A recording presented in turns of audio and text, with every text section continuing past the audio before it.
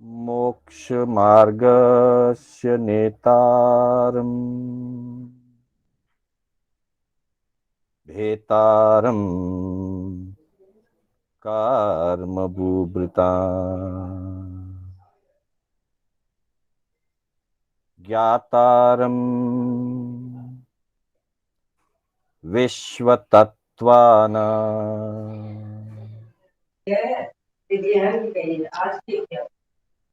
वन्दे सद्गुणलब्धये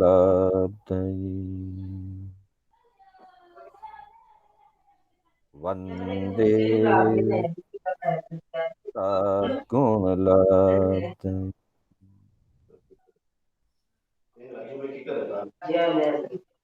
हाँ, लक्ष्मी भाई फोन म्यूट करिए।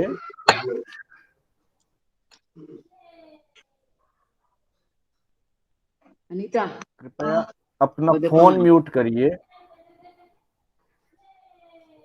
आवाज थोड़ा करो ना, ओके बराबर करो।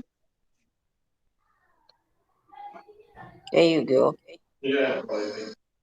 इतना तो लक्ष्मी भाई मना जी को नहीं फोन म्यूट करिए, फोन म्यूट करिए।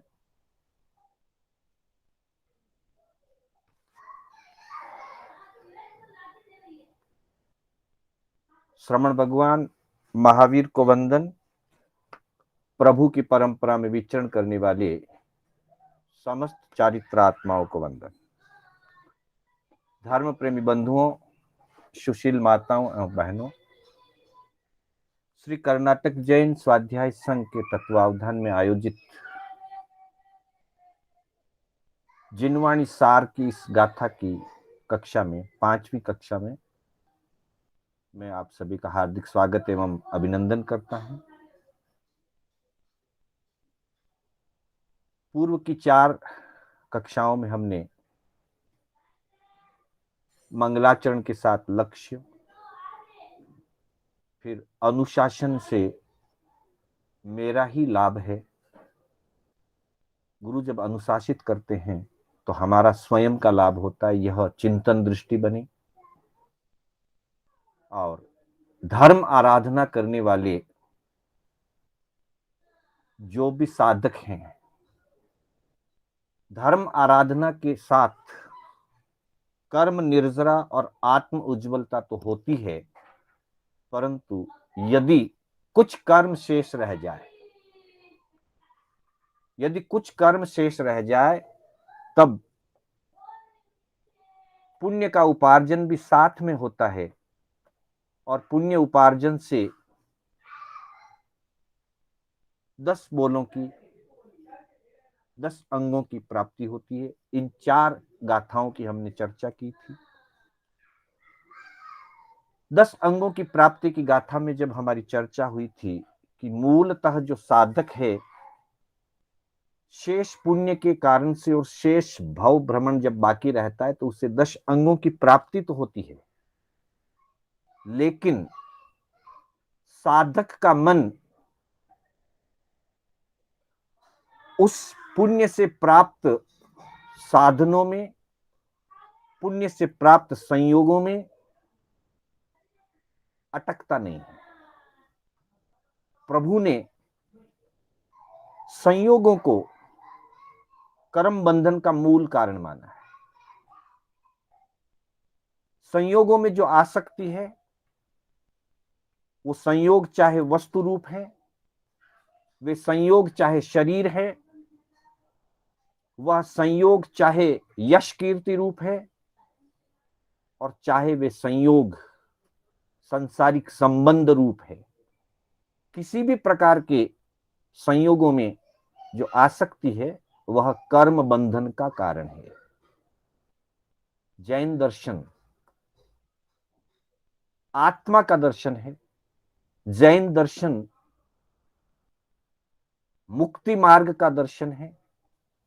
जैन दर्शन में कर्मों से मुक्त होने के लिए और आत्मा की पूर्ण शुद्ध दशा प्राप्त करने के लिए धर्म आराधना करने का संदेश ज्ञानी पुरुषों ने दिया। अतः किसी भी प्रकार के संबंधों में और किसी भी प्रकार के संयोगों में ममत्व बुद्धि का त्याग होना आवश्यक है। पुण्य के योग से यदि संयोग प्राप्त भी हुए हैं, जैसा कि पूर्व गाथा में बात हुई थी, 10 संगे भी जायई, वह धर्म आराधक, कुछ पुण्य शेष रहे हैं, कुछ काल संसार परिभ्रमण बाकी है, तब वह मनुष्य भाव में जब आता है तो उसे सभी प्रकार के सुख और सुविधाओं के साधन उपलब्ध होते हैं। वह उत्तम कुल में जन्म लेता है, शरीर और बुद्धि से सुदृढ़ होता है, यश, कीर्ति, ओजस्विता और तेजस्विता से बलवान होता है, लेकिन उसमें ममत्व बुद्धि ना करे।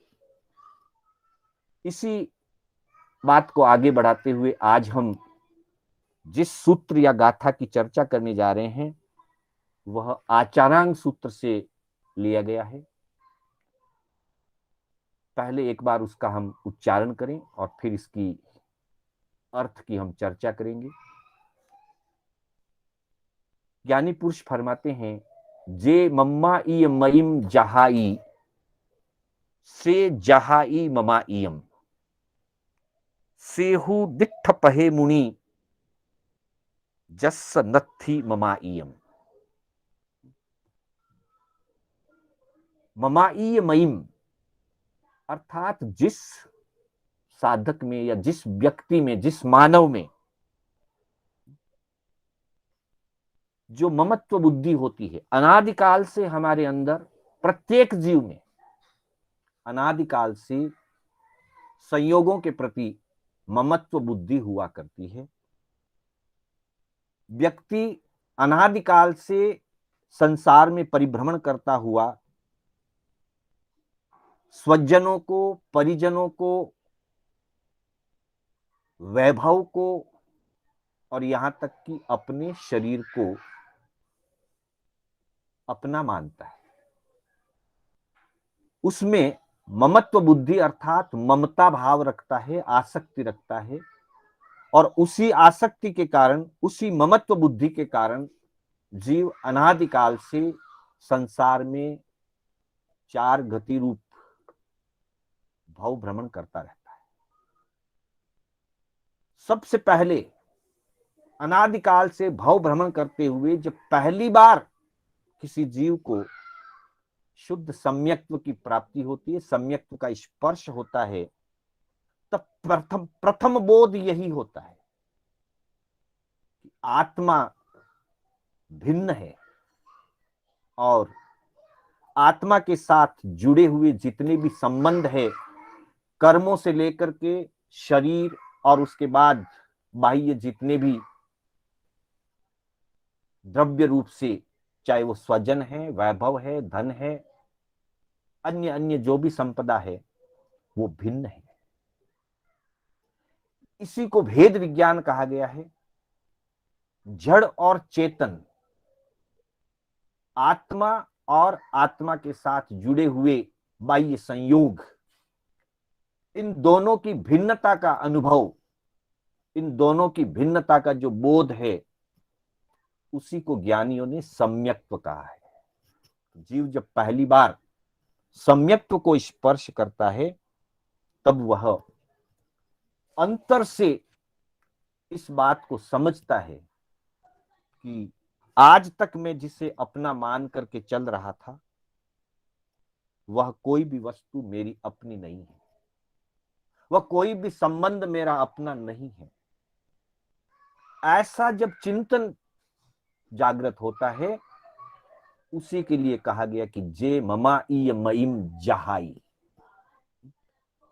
जब साधक सम्यक दशा की तरफ आगे बढ़ता है, मोक्ष मार्ग की तरफ आगे बढ़ता है, शुद्ध सम्यक्त्व को स्पर्श करता है, तब वह इस बात को स्वीकार करता है कि मेरी किसी भी वस्तु में ममत्व बुद्धि नहीं रखनी है, मेरा कोई भी अपना नहीं है। ममत्व बुद्धि का वो त्याग करता है, आसक्ति का त्याग करता है।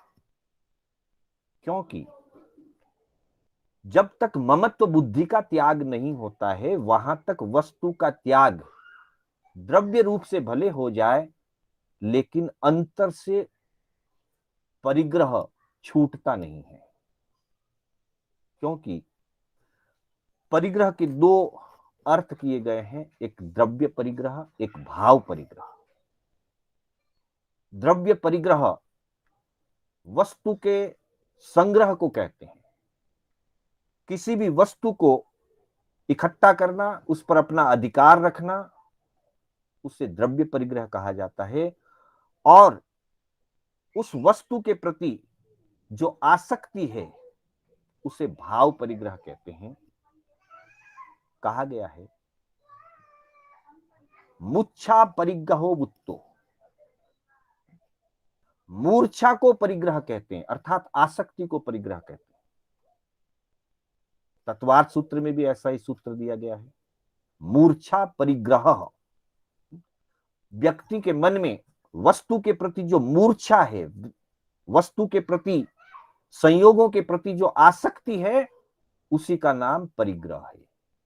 इसलिए जब तक वो ममत्व बुद्धि का त्याग नहीं होता, उस आसक्ति का त्याग नहीं होता, वहां तक वस्तु का त्याग होने पर भी नहीं होता है और नहीं होने पर भी नहीं होता है। वस्तु है तब भी वो परिग्रह रूप है, और वस्तु नहीं है तब भी वो परिग्रह रूप है, अगर वस्तु के प्रति आसक्ति है। ऐसा नहीं है कि जो व्यक्ति जितना बड़ा धनवान है वो उतना परिग्रही हो आसक्ति के रूप में, जरूरी नहीं है। और ये भी जरूरी नहीं है कि जिसके पास कुछ भी साधन, सुविधा, धन, वैभव, मकान, बंगला कुछ भी नहीं है, गाड़ी मोटर कुछ भी नहीं है, तो वो अपरिग्रही है, ऐसा भी नहीं है। बिल्कुल अभावग्रस्त जिंदगी जीने वाला एक भिखारी भी महापरिग्रही हो सकता है, भावों की अपेक्षा से, ममत्व बुद्धि की अपेक्षा से। रोज सोचता रहता है, रोज चिंतन करता रहता है कि कब मेरे पास ये वस्तु हो, कब मैं इसका मालिक बनूं, कब ये मुझे मिले, मुझे इसकी चाहना है, मुझे ये चाहिए, मुझे गाड़ी चाहिए, मुझे घर चाहिए, मुझे परिवार चाहिए।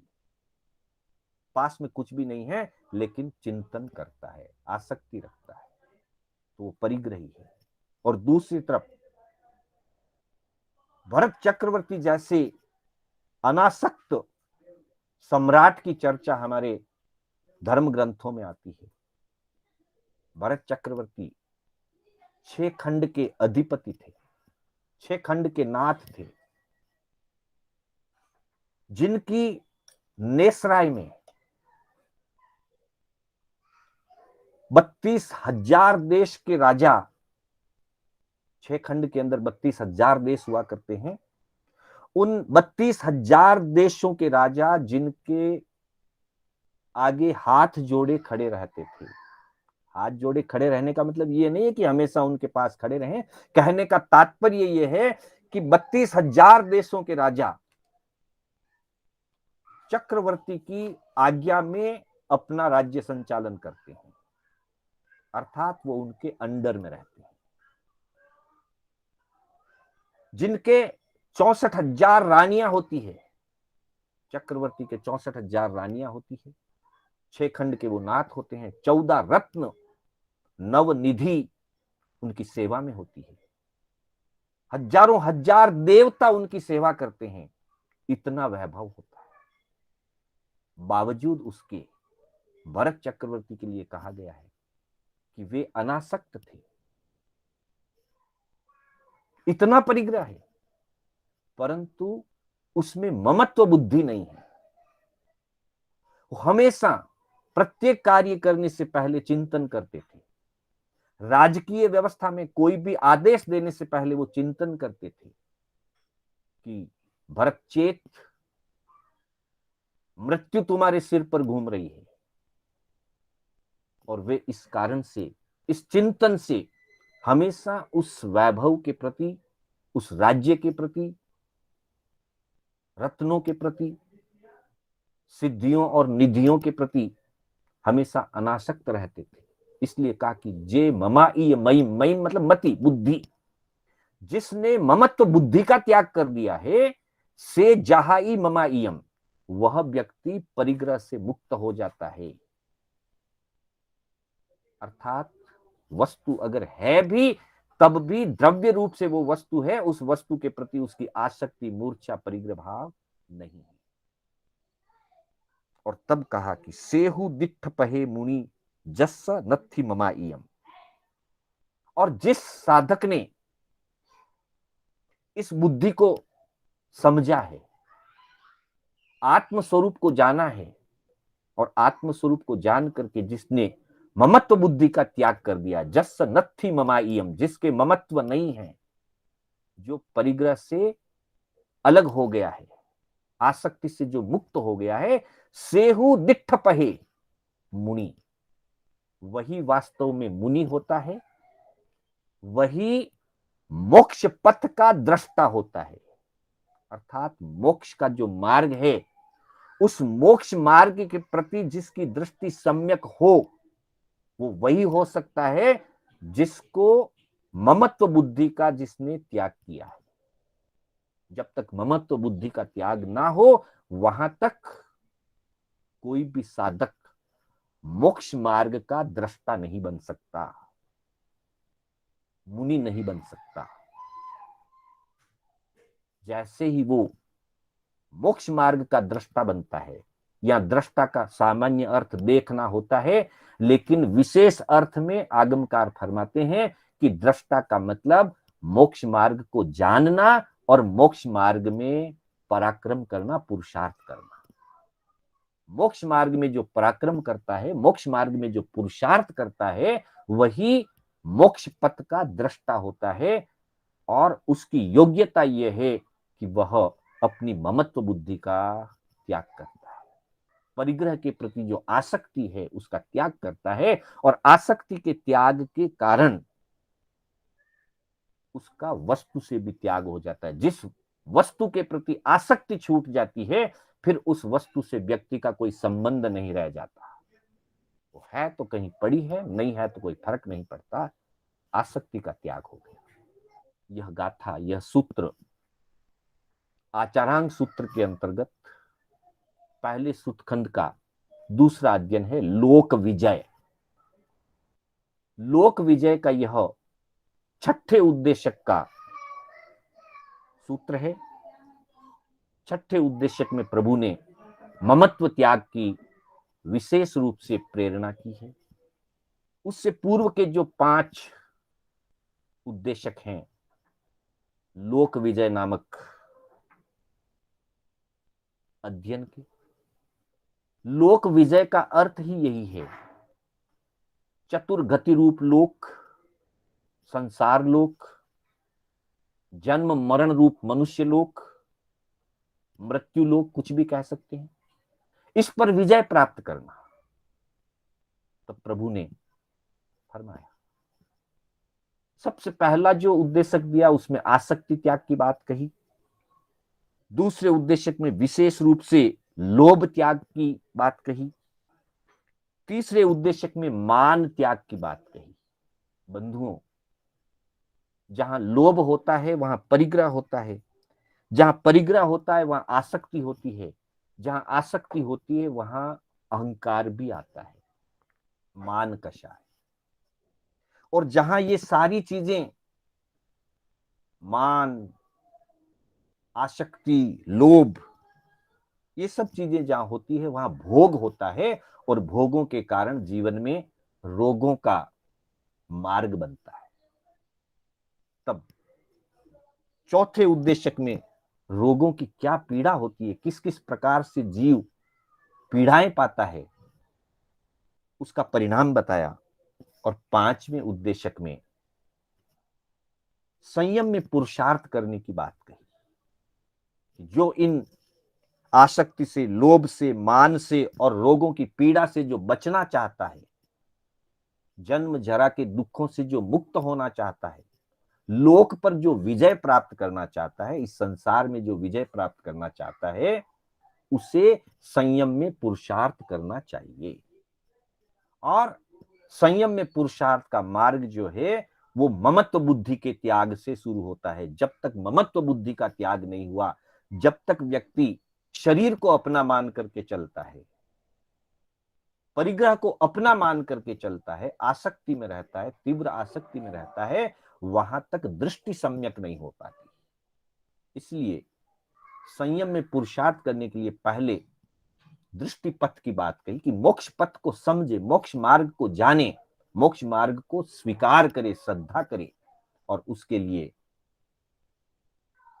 निर्देश उपदेश यह दिया गया कि वह ममत्व बुद्धि का त्याग करे, क्योंकि मोहनीय कर्म के कारण ममत्व बुद्धि हुआ करती है, और जहां मोहनीय कर्म है, ममत्व बुद्धि है, वहां संसार परिभ्रमण होता है।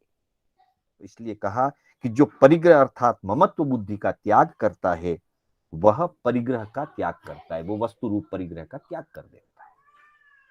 वही दृष्टिपथ अर्थात मोक्ष मार्ग को देखने वाला मुनि है, जिसने ममत्व का त्याग कर दिया। ममत्व के अंतर्गत सारी चीजें आती है, वस्तुएं आती है, और मोहनीय कर्म के अंतर्गत संपूर्ण संसार समा जाता है। मोहनीय कर्म सिर्फ घाती कर्म ही नहीं है, घाती कर्म तो है ही, इसलिए आत्मगुणों के घात का वो निर्माण करता है। लेकिन मोहनीय कर्म अघाती कर्मों को भी मोहनीय कर्म ही पुष्ट करता है। इसलिए कहा कि जहां व्यक्ति में ममत्व बुद्धि होगी वहां क्रोध होगा, और जहां क्रोध होगा वहां असाता वेदनीय कर्म का बंध होगा। क्रोधी व्यक्ति दूसरे को पीड़ा पहुंचाता है, स्वयं को भी पीड़ा पहुंचाता है, दूसरे को भी पीड़ा पहुंचाता है, इसलिए असाता वेदनीय कर्म का बंध करता है। और मान से तो वैसे ही कहा गया कि नीच गोत्र कर्म का बंध होता है, अर्थात मोहनीय कर्म के निमित्त से वेदनीय कर्म का भी बंध होता है, और मोहनीय कर्म के निमित्त से गोत्र कर्म का भी बंध होता है। तीसरा कषाय है माया।